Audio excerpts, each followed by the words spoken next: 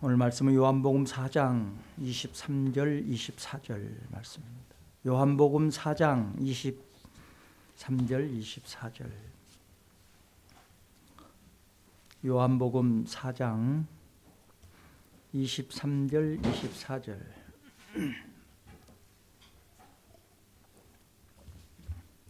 우리 다 함께 합독을 하겠습니다. 시작.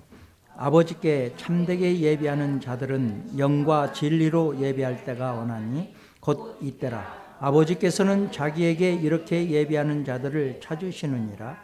하나님은 영이시니 예배하는 자가 영과 진리로 예배할지니라. 아멘.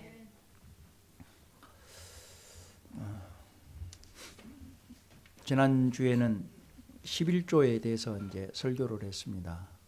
11조를 하는 의미가 뭔지, 왜 11조를 해야 하는지에 대해서 말씀을 드렸어요. 오늘은 참으로 예배하는 자들이란 어떤 자들인가에 대해서 이렇게 함께 성령님의 세미한 음성 가운데 교훈을 받는 귀한 시간 되시길 원합니다. 무엇보다도 먼저 참되게 참으로 예배하는 자가 되려면은 하나님을 먼저 알아야 되겠죠. 하나님을 알아야 예배를 어떻게 드리는지를 알 수 있고, 하나님을 알아야 하나님이 어떤 예배를 원하시는지를 알 수 있고, 하나님을 알아야 하나님이 다 똑같이 예배를 드리고 있는 것 같은데 어떤 사람의 예배는 받으시고 어떤 사람의 예배는 안 받으신다고 말씀하시니 어떻게 해 드려야 하나님이 예배를 기쁘게 받으실 건지를 알 수가 있는 거죠. 하나님을 모르고 또 믿지 않는 자는 예배 자체가 성립이 안 돼요. 하나님이 받으시고 안 받으시고 그러기 전에 예배의 형식 자체가 되지를 않는 거예요. 그러니까 우리는 먼저 믿어야 하고 하나님을 알아야 한다는 거죠. 알아요. 그래서 우리가 예배에 참석하면서 하나님을 알아가기 시작하는 거예요.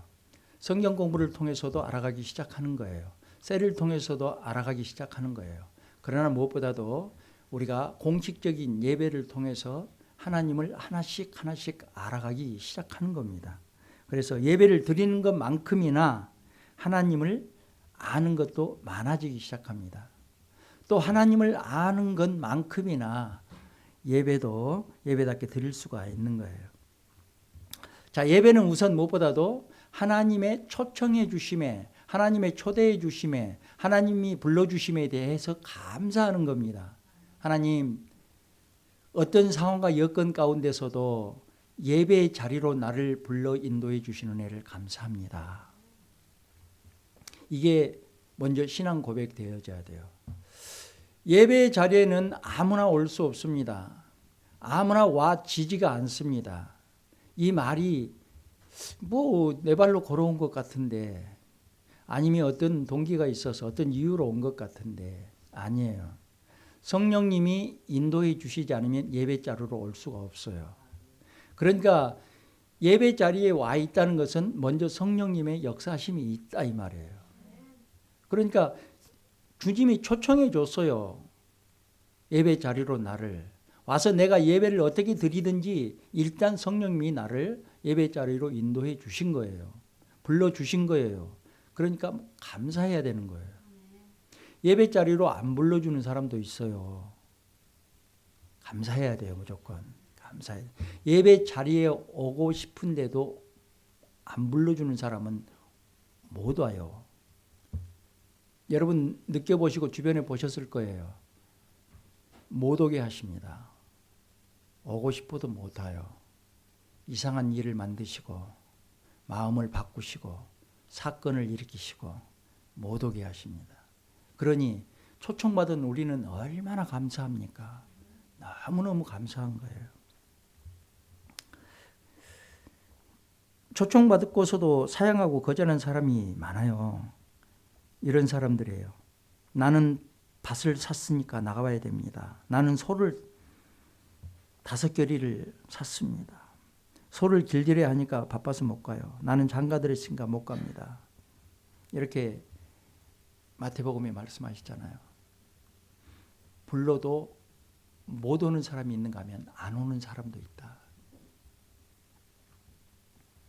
그러자 주님이 뭐라고 말씀하시냐면 주인이 종에게 이르되 길과 산을 가로나가서 사람을 강권하여 데려다가 내 집을 채우라. 그러니까 우리 보고 가서 강권적으로 맥살을 쥐어잡고 교회 안으로 끌고 오라는 거예요. 그러니까 강권하여 데리고 와라. 예배는 하나님의 초청해 주심에 감사하면서 임하는 거예요. 수고하고 무거운 짐진 자들아 다 내게로 오라 내가 너희를 쉬게 하리라. 불러주신 주님 앞에 나오는 겁니다. 이게 하나님 사람의 도리고 의무지만 하나님이 우리를 불러주신 그 은혜가 얼마나 감사한지 감사해야 된다는 거예요.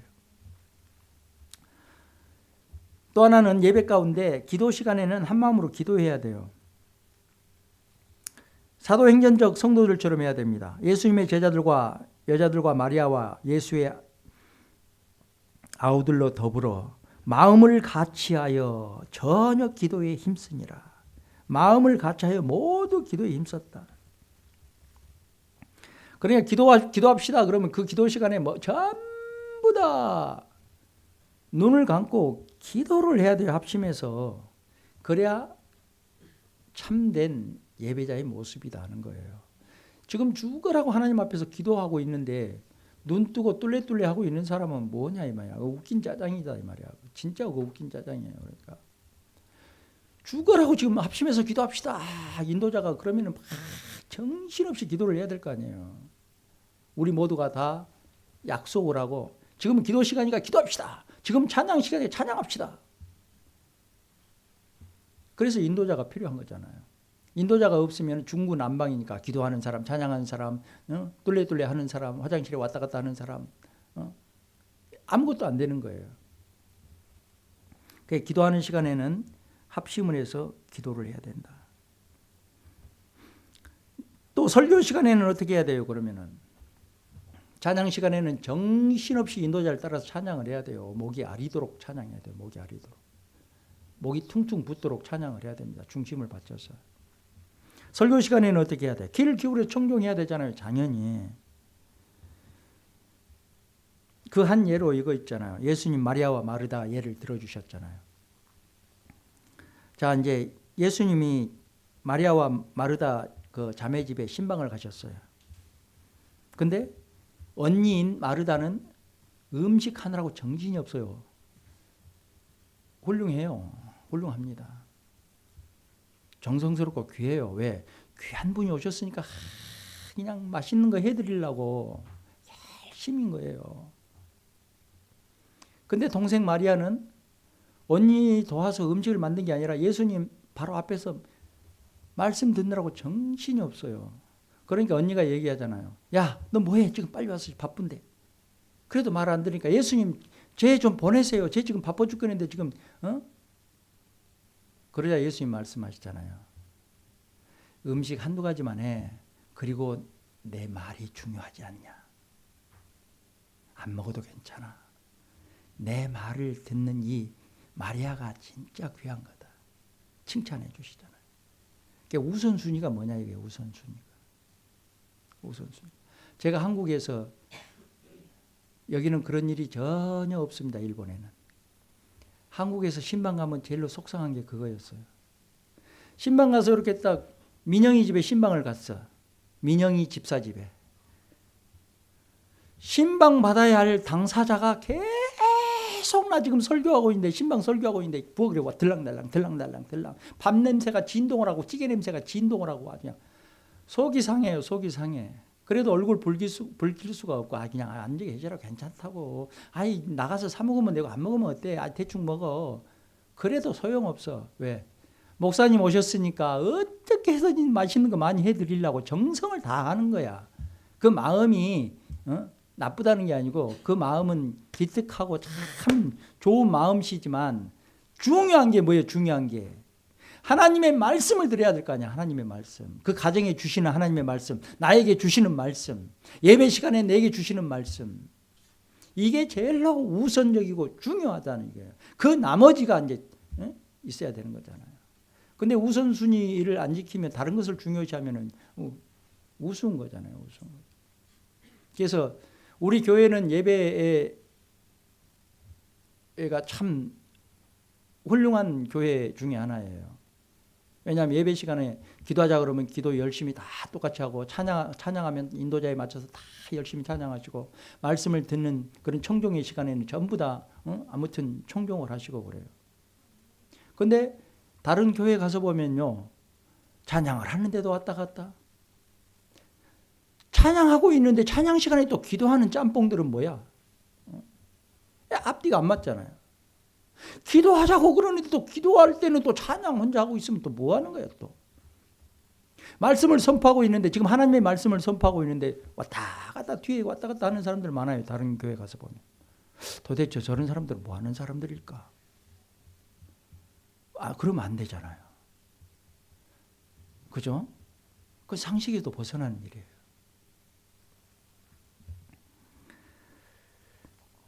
자주장사 루디아도 사도 바울이 전한 말씀을 청종했다 그랬어요. 사도행전 16장 14절 보면 두아디라 성의 자주장사로 하나님을 공경하는 루디아라 하는 한 여자가 있었는데 주께서 그 마음을 열어 바울의 말을 청종하게 하신지라. 이 청종이라고 하는 것은 이렇게 귀를 쫑긋 세우고 정신을 집중해서 듣는다. 청종. 이 청종은 관계를 결정짓는 요소예요. 이거 굉장히 중요합니다. 여러분 사회생활하면서도. 예배자로서도 중요하지만 사회생활하면서도 성공의 여부가 핵심 요소가 여기에 있는 거예요. 주일날 예배 시간에 하나님의 말씀을 청종하는 사람이 하나님과의 관계가 매끄럽고 잘 돼 있는 거예요. 나하고 사적으로 만나가지고 상담을 하거나 나하고 사적으로 만나서 밥을 먹든 커피를 먹든 그냥 물을 넣고 얘기를 하든 나도 지 말에 귀를 기울이고 저도 내 말에 귀를 기울여야 되잖아요. 그래야 관계가 설정이 되는 거 아니에요. 서로가 듣는 척 마는 척 하면 그 관계는 뭐예요? 아무것도 아닌 관계잖아요. 있으나 마나 이런 식이 되잖아요. 사회생활도 똑같아요. 상사의 말에 귀를 기울여야 되잖아요. 지금 상사가 얘기를 하는데 청종을 안 하면은 그거 뭡니까? 아니잖아요. 그래서 관계를 결정하는 굉장히 중요한 요소가 이게 청종이에요. 청종. 우리는 지금 예배자로 서 있습니다. 하나님께서는 안재호 목사라고 하는 주의 종을 통해서 일방적으로 여러분들에게 말씀을 선포하고 있는 거예요. 여러분들이 듣고 기분이 좋든 말든 상관없이 하나님은 하실 말씀을 나를 통해서 하시는 거예요. 그러니까 다시금 말씀을 드리지만 목사님 설교 내용이요 이러면 그건 진짜 무식한 사람인 거예요. 모르고 하는 말이지만 그러면 안 되는 거예요. 네 기분과는 상관없이 하나님은 말씀하신다. 그래서 내 마음에 들든 안 들든 내 마음에 맞든 안 맞든 하나님의 말씀이므로 아멘 하고 청종할 수 있어야 돼요. 그래야 성숙한 신앙인입니다. 말씀을 듣는 시간은 마리아나 루디아처럼 그렇게 들어야 돼요. 그래서 설교를 듣고 생각이 바뀌고 생활이 새로워져야 됩니다. 예배는 교회의 심장과 똑같은 거예요. 중요한 거예요. 왜? 심장이 잘 뛰어야 교회가 건강한 거예요. 설교 시간에 특히나 왔다 갔다 하면 그 교회 건강성 상실되는 거예요.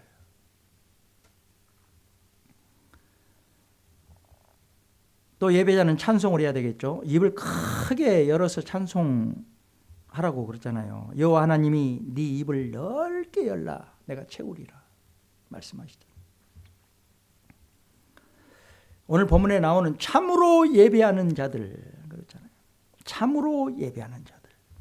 이 참으로 예배하는 자들은 누구냐면 천사들처럼 찬양하는 거예요. 천사들처럼.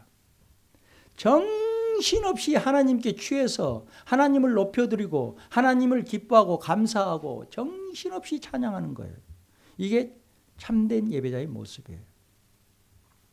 찬양 못하면 어떻습니까? 국어책 읽듯 해도 중심이 온통 주님의 은혜로 향해 있어야 되는 거예요. 찬양을 잘하고 못하고 하는 상관은 없어요.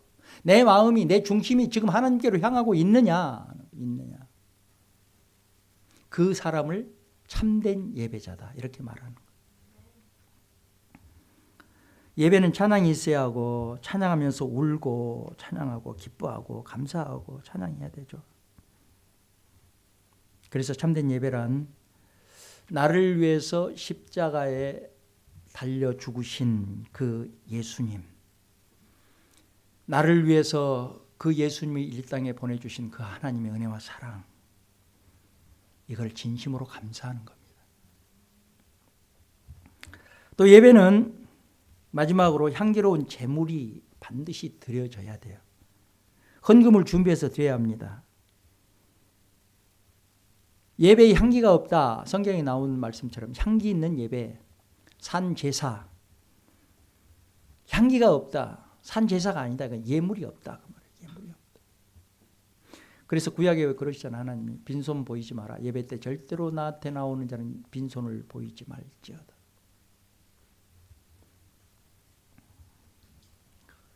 예수님이 베다니 문둥이 시몬의 집에 오셨을 때 마리아가 아무 말 없이 자기가 간직해둔 그 비싸고 귀한 향유를 쏟아붓잖아요.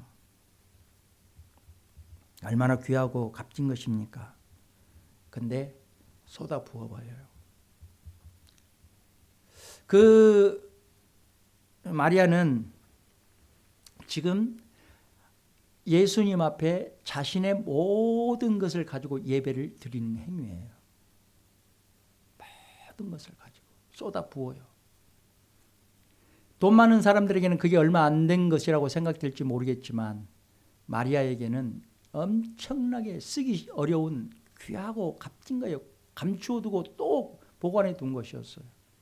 그것을 예수님 앞에 예배자로 쏟아부은 거예요. 근데 또 한편에서는 그것을 본 또 한편의 가룟 유다는 그 행위를 질타해요. 그 아까운 것을, 그 귀한 것을 왜 쏟아버리느냐. 가서 팔아가지고 돈을 만들어서 다른 데 쓰면 더 좋지 않겠느냐. 이렇듯 사고의 차이가 있는 거예요. 여러분 같으면 어느 편에 서겠습니까?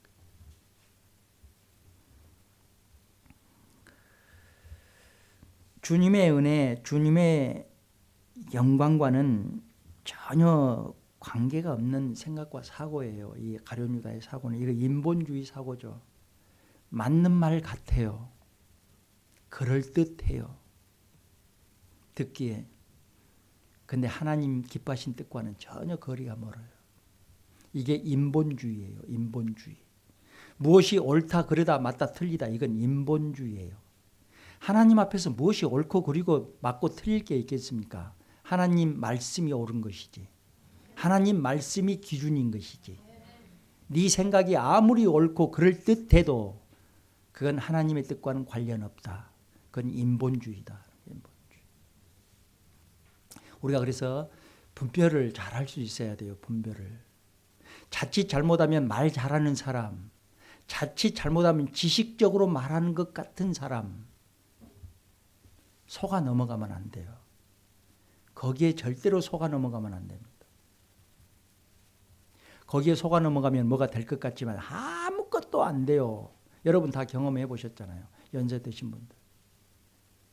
결국은 속아 넘어가고 결국은 거짓인 거예요. 말장난에 불과한 거예요. 우리는 절대로 하나님 말씀이 기준이 돼서 살아가야 돼요. 그래야 하나님이 나를 보호해 주시고 하나님이 내게 복을 주시는 걸 받아서 누릴 수가 있는 겁니다. 마지막으로 축도. 하나님이 주의 종을 통해서 여러분에게 복을 내려주시는 겁니다. 굉장히 중요하죠. 성자, 성부, 성자, 성령의 이름으로 나를 위해서 축복을 해주시는 겁니다. 자, 결론 짓습니다. 예배는 하나님과 만나는 거예요. 하나님과 만나는 거. 하나님께 경배하는 겁니다. 우리가 엎드려 절하는 거예요. 예배란 말 여러분 잘 아시죠? 예배란 말. 예배를 본다, 예배를 한다, 예배를 드린다. 우리는 어떤 용어를 사용해야 될까요? 그렇죠. 예배를 드린다를 사용해야 돼요. 왜? 우리는 동양예의지국이니까. 예배를 한다, 이 말이 맞는 거예요. 예배한다. 왜냐하면 예배 그 자체가 예의예요. 예배라는 말은 옷깃을 이렇게 딱 저미고 겸손하게 고개를 주님 앞에 숙인다 이런 뜻이에요. 그러니까 예배합시다 이 말이 맞는 거예요. 한글로는. 근데 우리는 동양 예의 지국이잖아요. 일본은 님자를 잘 안 붙여. 센세이, 복구시. 우리는 안 그러잖아. 우리가 누가 안 목사 그래? 아니 여러분들이 나한테 안 목사 그러면 기분 나빠버리지. 우리는 목사님 이래야 되잖아. 그러니까 우리는 예배를 한다 이 말이 맞지만 우리는 예배를 드린다 이렇게 공손하게. 그럼 듣기에도 좋잖아요. 말하기도 좋고. 그래서 우리는 예배를 드린다 이렇게 표현해야 좋습니다. 예배를 드리는 거예요. 내 마음을 쏟아 놓는 거예요. 내 부족과 허물을 발견하고 바꾸는 겁니다. 지친 사람들이 새 힘을 얻는 거예요. 약한 심령의 위로를 받고 새로워지는 겁니다. 이 예배 가운데 다 이것이 이루어지는 거예요. 예배를 통해서 하나님을 알고 영광을 올려드리고 은혜 충만하시기를 주님의 이름으로 축원합니다.